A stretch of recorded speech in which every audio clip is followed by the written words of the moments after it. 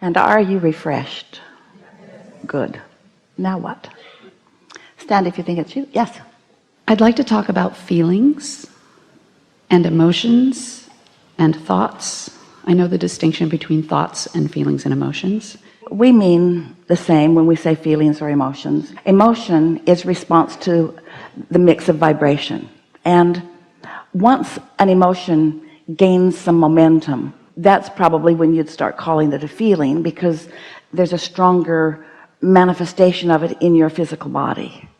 And all emotions are in response to the mix of thought between what you're thinking and what your inner being is thinking in any given moment. I feel very much in alignment a lot, and I experience this guidance. It's almost like swimming in the ocean of good feeling and good thoughts. Yeah.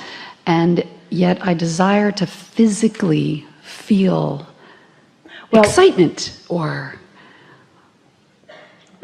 I have this kind of, it seems very narrow and it's pleasant and it's awesome, and I don't have the negative. The way you do that, you may be, and a lot of people do this, you may be trying to maintain the safety of alignment without the risk of misalignment. And so yes,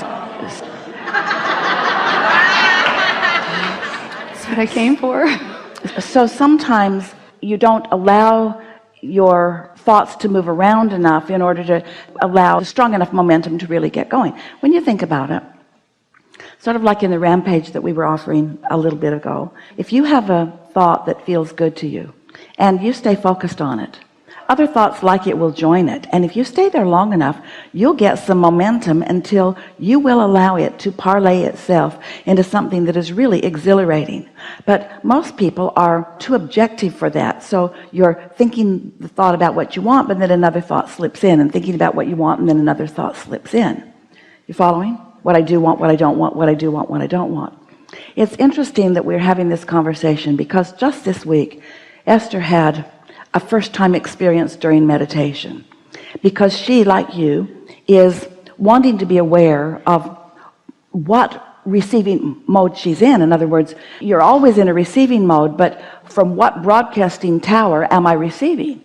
And of course she wants to receive from the broadcasting tower of source energy, but you don't always, because there are things going on and you have habits of thought about different things. So Esther sat to meditate.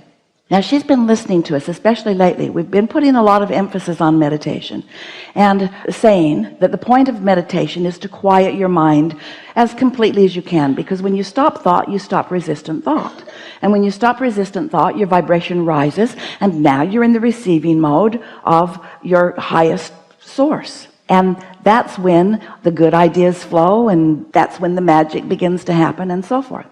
So Esther, on this day, had a particularly good meditation, only 15 minutes, that's what we recommend.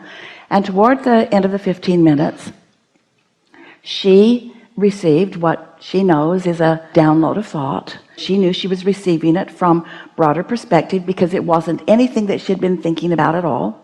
And it involved some people that she has known and had some interaction with on one of her houses some years ago.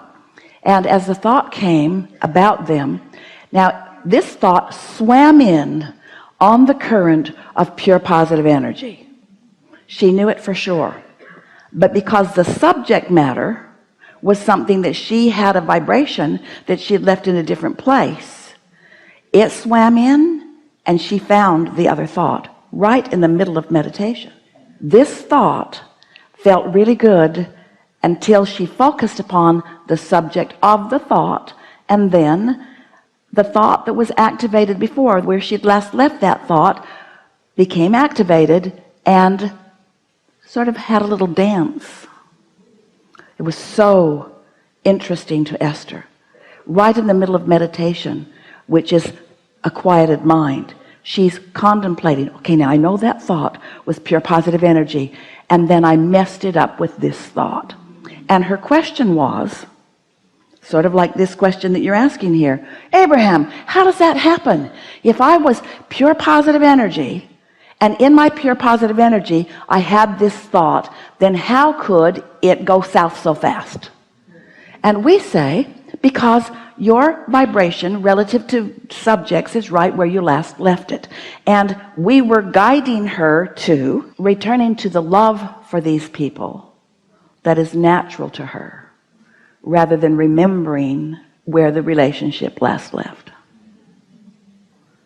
And she was so excited then when she completely came out of meditation. She knew that this was a bridging of belief. And further she knew, because she's been hearing us say, when you get tuned in and you're in the receiving mode, your inner being will lead you to the path of least resistance. Well, if there is resistance on the path, sometimes it is helpful for you from your high-flying disc, from your connection with source energy, to shine some light on something that does have some resistance, to release the resistance from it. And that's what happened for the most part. That subject's not the same subject that it was before.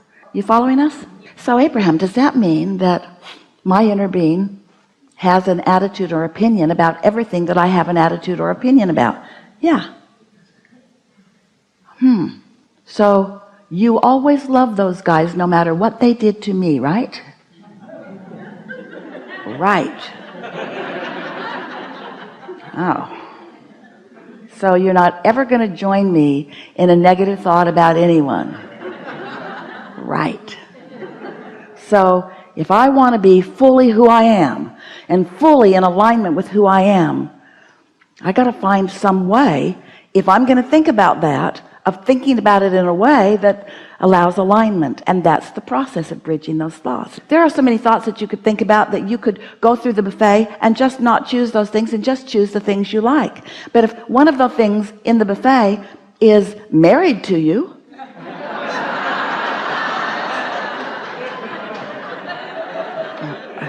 you might want to find a way of coming into alignment with yourself while you focus upon that person. So that's what you're reaching for, yes? The thoughts are easy for me to guide or be guided by. The thoughts are the easy. It's the physical feeling, like in my body. I know that we want manifested, but like when you talk about desire, I can think, oh, I'd like to do that, and but I don't feel. Well, then that's because you're not letting that thought run raucously through the woods long enough before you kill it with a contradictory thought. That's what Esther discovered. She could not have been more in alignment. She was in that place of deep breathing. She was soaring with the angels. She could feel her connection, and a thought came that felt so good, and then